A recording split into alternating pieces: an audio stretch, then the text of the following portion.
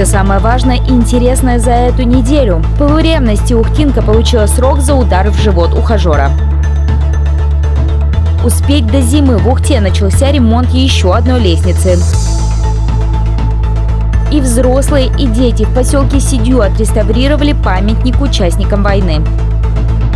Пора расставания. Ухтинского медвежонка из Твери перевозят на родину. И все на старт. В детском парке прошли соревнования радиоуправляемых моделей. Подробности прямо сейчас.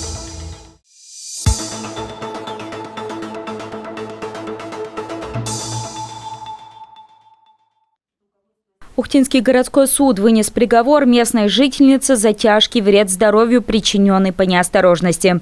Как следует из материалов пресс-службы суда, у подсудимой возникла ссора на почве ревности с пострадавшим.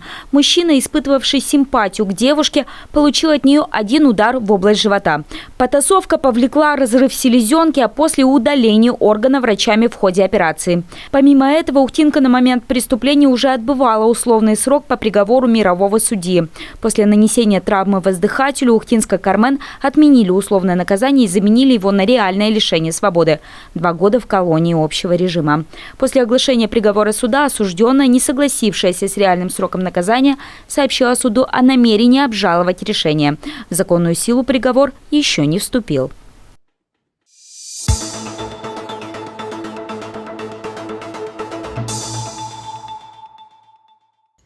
Проход по лестнице между домами номер 36 и 34 по проспекту Ленина перекрыт.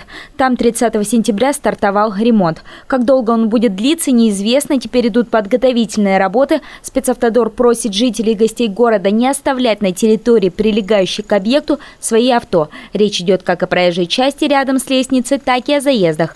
Пешеходный маршрут также стоит скорректировать. Напомним, это не единственная городская лестница, которую начали восстанавливать по осени. Перекрыт проход по объекту рядом с домом номер 1 по улице Советской. Также контракт, заключенный на работы по лестнице у дома номер 17 на Космонавтов. По контракту все работы должны завершиться до 31 октября.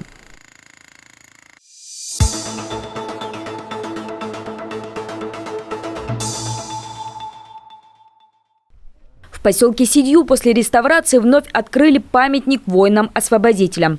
Мемориал был установлен еще в 2015 году к 70-й годовщине Победы. Но к 2021 стало понятно, что отделка не пережила суровой северной погоды. Плитка стала отходить. Едва ее сняли, стало понятно, нужно делать капремонт, потому что трещинами пошел бетон. Так что при объезде подобных поселковых объектов летом было принято решение приглашать подрядчика, много лет работающего с Союзом ветеранов, и делать работу основательно.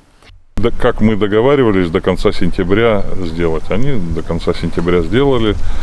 То есть мы полностью здесь заменили гранит, подбетонили немножко, оштукатурили. Ну, то есть по уму, будем говорить, сделали, пропитали пропитками все это.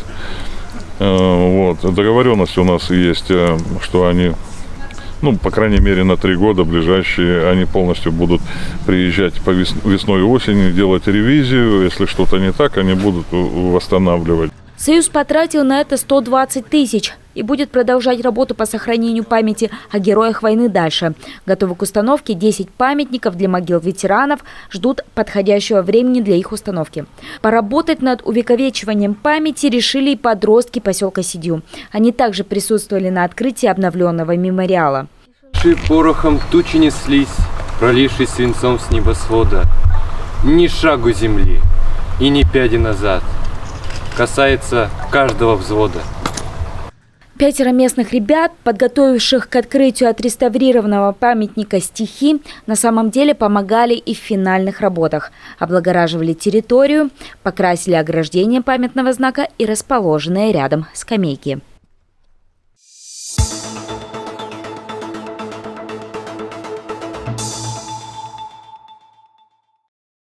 Центр спасения медвежат-сирот из Тверской области сообщил о том, что медвежонка, найденного в поселке Веселый Кут по весне, вернут в родное место обитания. Напомним, косолапый малыш сам вышел из леса к людям. Видимо, маму-медведицу подстрелили охотники. Маленький хозяин тайги был еще не самостоятельный, так что 27 мая отправился на реабилитацию для лесных сирот в Тверскую область. Специалисты этого центра в Ухте уже бывали. В 2015 году они помогали выловить с трассы и отправить в лес 2 осиротевших мишек. Только там были уже подростки. А вот Михаил Андреевич, как прозвали Косолапова из «Веселого Кута», просто бы не выжил один. В июне центр опубликовал заметку, где говорилось, что ухтинский постоялец активный, имеет хороший аппетит и дикий нрав, что впоследствии поможет ему во взрослой жизни на лоне природы. А в середине сентября у косолапых сирот начался сезон выпускных. Зоологи Тверского центра уже выпустили 3 медвежат в Кировской области. Очередь за Михаилом Андреевичем, который также возвращается на родину, в республику Коми.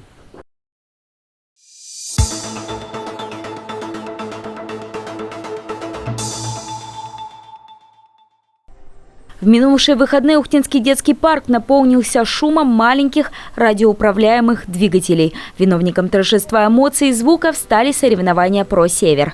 Мероприятие такого формата для Ухты совсем не новинка.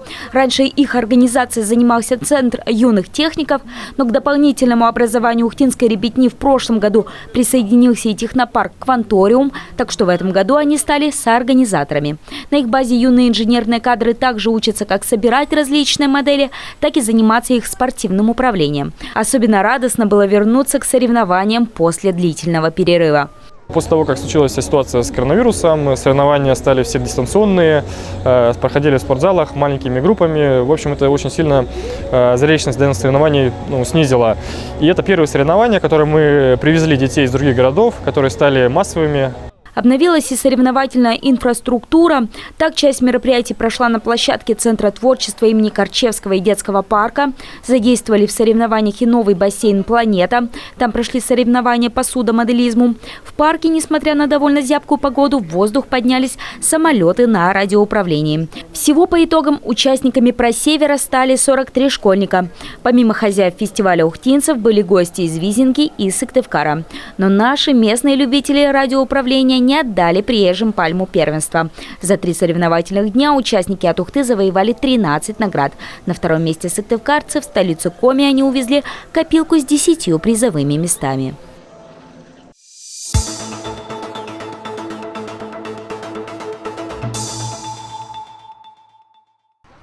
В минувшую субботу у спорткомплекса «Ухта» прошла встреча инициативных ухтинцев. Основная цель собрания – обсуждение итогов выборов.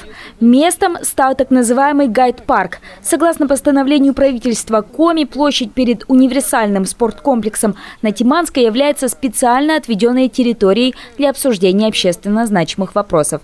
На встрече собравшиеся назвали минувшие выборы переломными, так как распределение избирательных голосов было изменено по сравнению с предыдущими выборами в Думу. Ухтинцы отметили, что рады возросшей активности населения. Мы, Республика Коми, Господи, люди, спасибо огромное народу, что просыпается, понимает, наконец-то понимает. Да, согласен. Да, и наконец-то смело идут и ставят от души то, что хотят.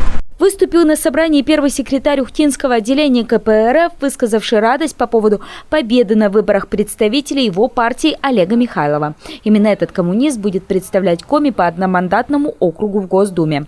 Валерий Харченко также отметил и заслуги общественных наблюдателей. Всем вам спасибо. Спасибо всем, кто помогал нам в этой избирательной кампании. Спасибо наблюдателям, спасибо избирателям. Ухта дала неплохой процент голосов. Раньше за коммунистов у нас столько не голосовали, хотя мы проиграли, заняли. Помимо этого, на встречу у гайд-парка подняли такую тему, как подготовка наблюдателей к следующим выборам. Прозвучало мнение, что партии и сами кандидаты, от имени которых присутствуют наблюдатели, не всегда проводят обучение своих представителей, а кому-то и вовсе советуют не отсвечивать на участках. И по словам присутствующих, эту ситуацию пора переломить. Тогда общественная активность будет расти, как и прозрачность выборов.